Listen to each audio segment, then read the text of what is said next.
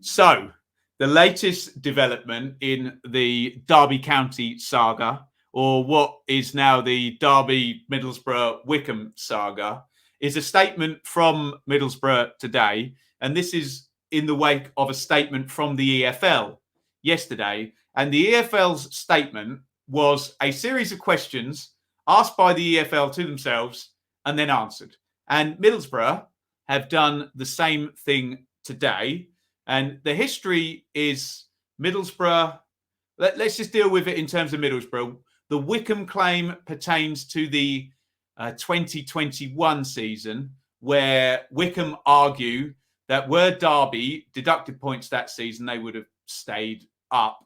You know, when you go back in time and you look at the final table and just simply add the points on or off, I'm certainly not saying that's the right thing to retroactively do, because things would obviously play out differently if teams knew they'd had a deduction, etc., than just waiting for the season to end and taking a safe team and then deducting points from them. There you go. The Middlesbrough claim pertains to the 2018-19 season, where Middlesbrough finished 7th, Derby finished 6th, and Middlesbrough's claim is that Derby, and they're going to use the word cheated. So I'm going to use the word cheated, and I'm going to use it in quote marks because that's what Middlesbrough said. So the Middlesbrough claim is that Derby cheated to get to 6th place and get in the playoffs. And the Middlesbrough argument is if Derby hadn't cheated, Middlesbrough would have been in the playoffs. And I think they used the word opportunity. They would have been against Bielsa's Leeds in the semi-final. Obviously, famously, Leeds collapsed in that game and Derby did get through to the final. And had Middlesbrough got through to the final, they would have been either against Jack Grealish's Aston Villa with Tyrone Mings and Tammy Abraham and Axel Tuanzebe all in on loan, or they would have been against West Brom, who had Jay Rodriguez, Harvey Barnes for the first half of the season. But in the playoffs, Dwight Cowell, would he have been suspended? No, he got 2 yellows. He would have played in the final, wouldn't he? If we're going back in time and rewriting history. Would his red card have even happened? This is how ridiculous it is to be going back and writing history. So the Middlesbrough argument is that Derby ridded them of an opportunity to play in the playoffs. Obviously, those people who know that season will know that from the start of February, Middlesbrough lost 6 games on the trot. They were in the playoff positions, and they lost it. I think they came strong at the end of the season, but under Tony Pulis there.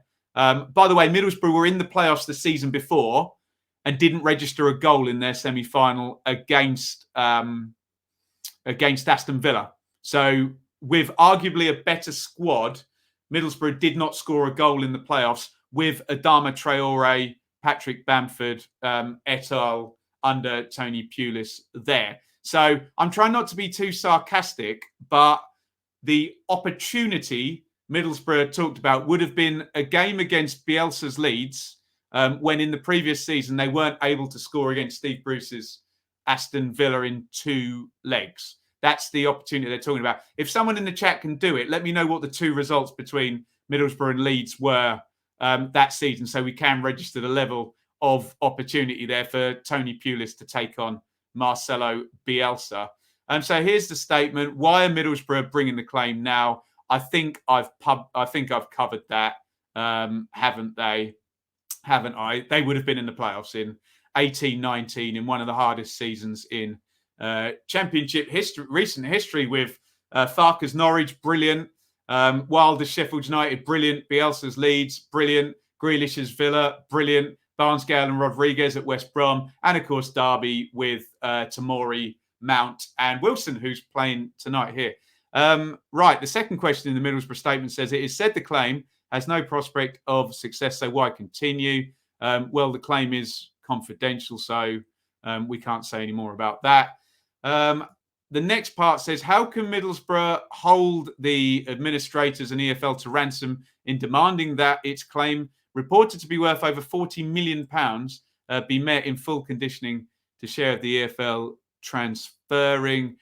This is not what Middlesbrough have said. So the £40 million figure is maybe, I don't know. if only someone had done a video on the playoffs and how many times the 6th place team wins the playoffs, hey, you can find that on my channel. The answer is, since the 90s, not very many, put it that way, in terms of the potential opportunity. Why is Steve Gibson refusing to compromise the claim? Middlesbrough has made it clear it was happy to discuss the claim. Administrators contacted Middlesbrough in November. There's been no contact since then. The administrators ignored Middlesbrough's correspondence from November. Middlesbrough has made it clear it does not wish to see Derby fall into liquidation.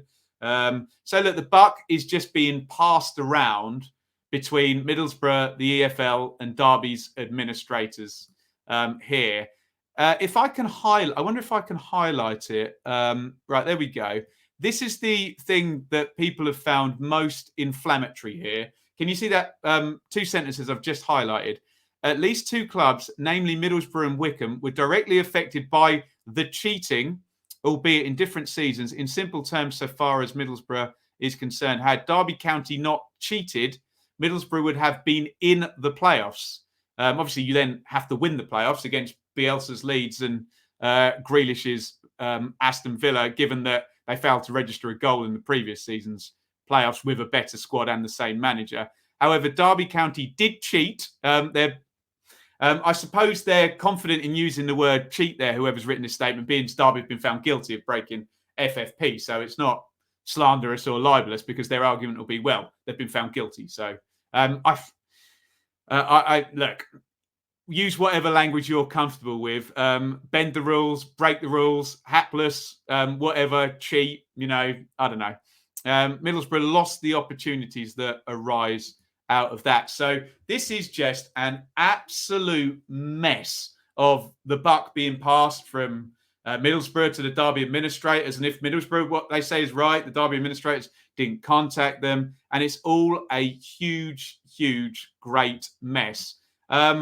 Honestly, if you can sue somebody for breaching FFP, I don't know if Middlesbrough are aware that Aston Villa won the playoffs that season and lost 73 million.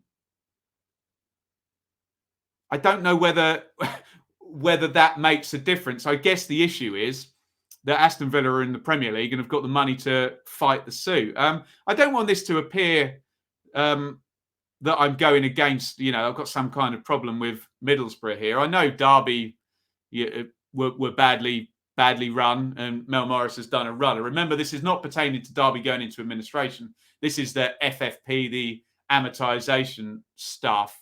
But what an absolute bloody mess this whole thing is. You tell me, what is the right number for a team being denied a place in the playoffs?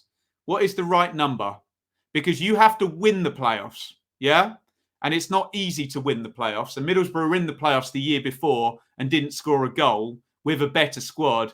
And arguably, Bielsa's Leeds and Grealish's Villa are better than the side they lost to, Steve Bruce's Villa, the season before. So I don't know what adequate compensation for... and let's be clear about this. This is not compensation for getting into the Premier League. This is compensation for getting into the playoffs, which does not guarantee you a place in the Premier League. I don't know if I've got my list up there in terms of 6th place winners. So I'm looking at the last 10 years. 3rd, 4th, 3rd, 3rd, 5th, 4th, 3rd, 4th, 5th, 3rd. So there's a 10-year sample size where 6th place has a 0% winning record in the playoffs. Okay, so 6th place doesn't guarantee it.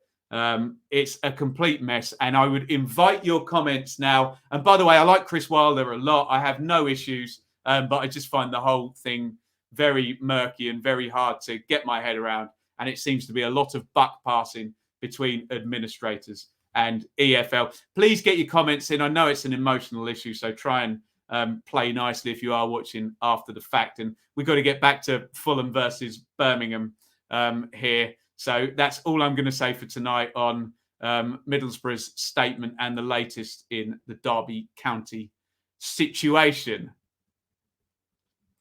Worth, can I calm down, everybody? Sorry.